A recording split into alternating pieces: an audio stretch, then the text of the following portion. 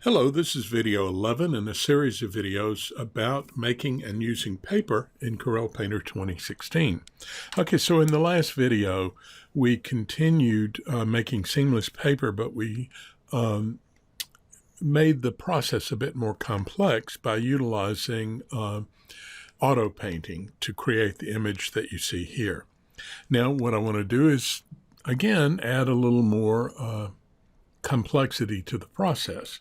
Now, the first thing I need to do is make sure that this define pattern is set up, because since the last video I saved this image and closed Painter and opened it and so forth. So I need to go back to the Patterns Control Panel and click on the Option button and select Define Pattern.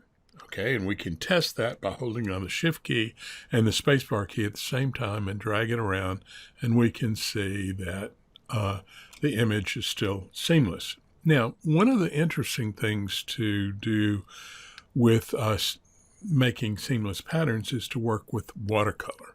And I'm going to work with the Speckle Runny Paper Reveal brush. I'm going to put my color at black, and I'm going to paint. Now, here's a caveat.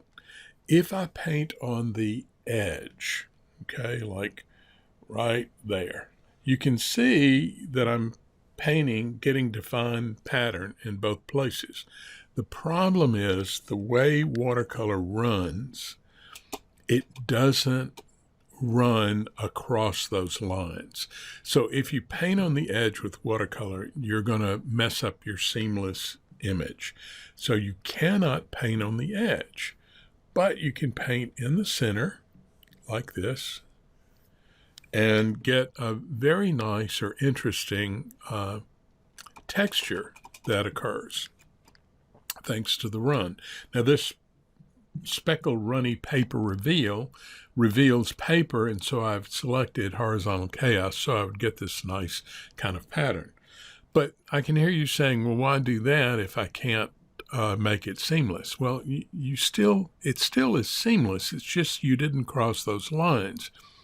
And if I were to draw straight around like this and never cross the lines, I would get a square in the middle, and I don't particularly want that. But what you can do is you can drop the image. And once you drop the image and hold the Shift and the spacebar key down, then you can drag it around. Now, where the watercolor crosses, now it's going to be seamless. So in essence, I've created a seamless image just by staying off the edges and then dropping it and moving it around, and I've got a seamless image. What's also fun with watercolor is you can go up to Layers and click on Lift Canvas to Watercolor Layer, and that will lift whatever was on the canvas up to a watercolor layer. Now, if I'm still using Speckle Runny Paper Reveal, that brush has some pickup added to it, which means that it will interact with any pigment that's on the watercolor layer. Before, when we did it on the watercolor layer and the canvas was still down, you see it just went over the top of the areas, but didn't actually interact with this black that we had put down before. Now, in this case, I think I'm going to make the color lighter so that it will open up some of this black area. And so now if I start to paint, it doesn't look like it's doing anything to the black area, but it is. So if I let it go on and diffuse, you see how it opened up all of that dark lines that you see, those heavy edges that you see. It's left some and opened up some. Now again, I've got to drop the image to the canvas. And once I drop it to the canvas, it is now movable, and I can move it around, and the image is still seamless. Now, this shows us that it gives us another little technique that we can think about. Let's add a layer here. And I'm going to go back to, let's go to the Thick and Thin pen, and I will take it up to white Well, no, we'll make it a light gray since we've got so much black. And I think I'm going to make it a little bit bigger. Okay, so on this layer, I'm just going to draw a circle like that, okay? Now what I'm going to do is duplicate the layer. I'm going to duplicate the layer multiple times. I just deleted it instead of duplicated it. Okay, so I'm going to do it, let's do it 6 times. And I'm going to turn off all the layers but the last one. Okay?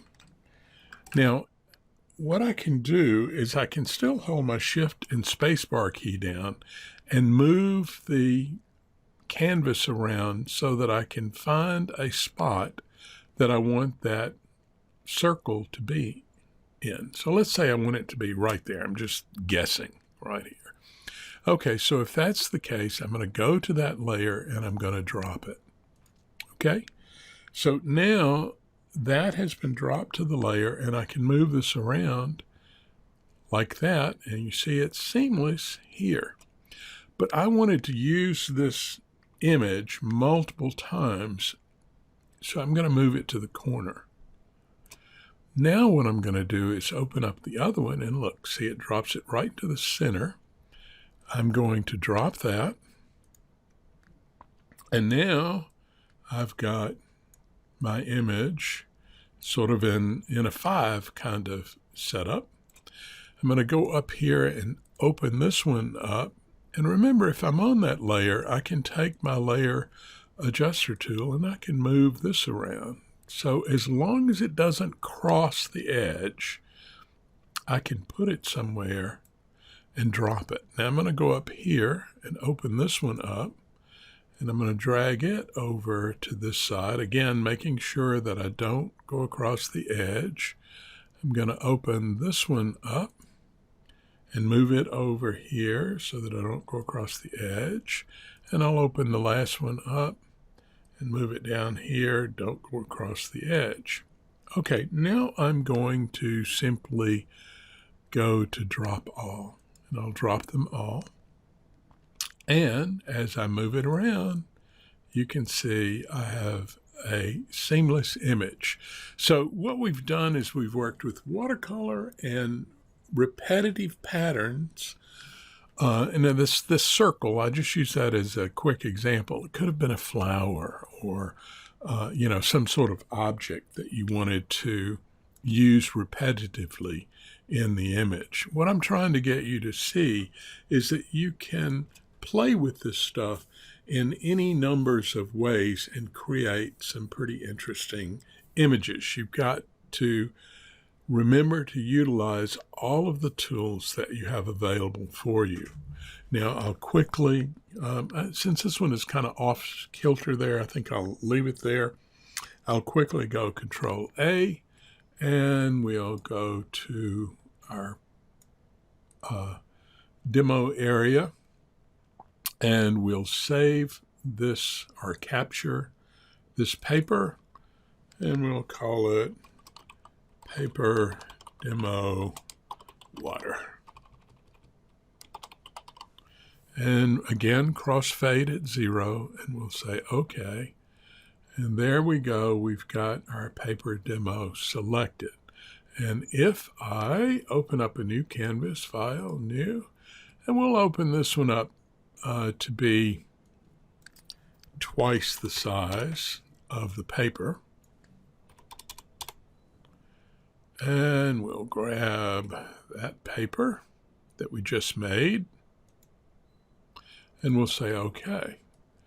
Now, if we use our tool to show paper, we click here, show paper, and there you go. That's the paper that we just made, and again, it is seamless. You see pattern here, repetitive patterns, but they are seamless. If I increase the size of the paper to 200%, and we get rid of that, show paper, there you go. You can see the single pattern that was created.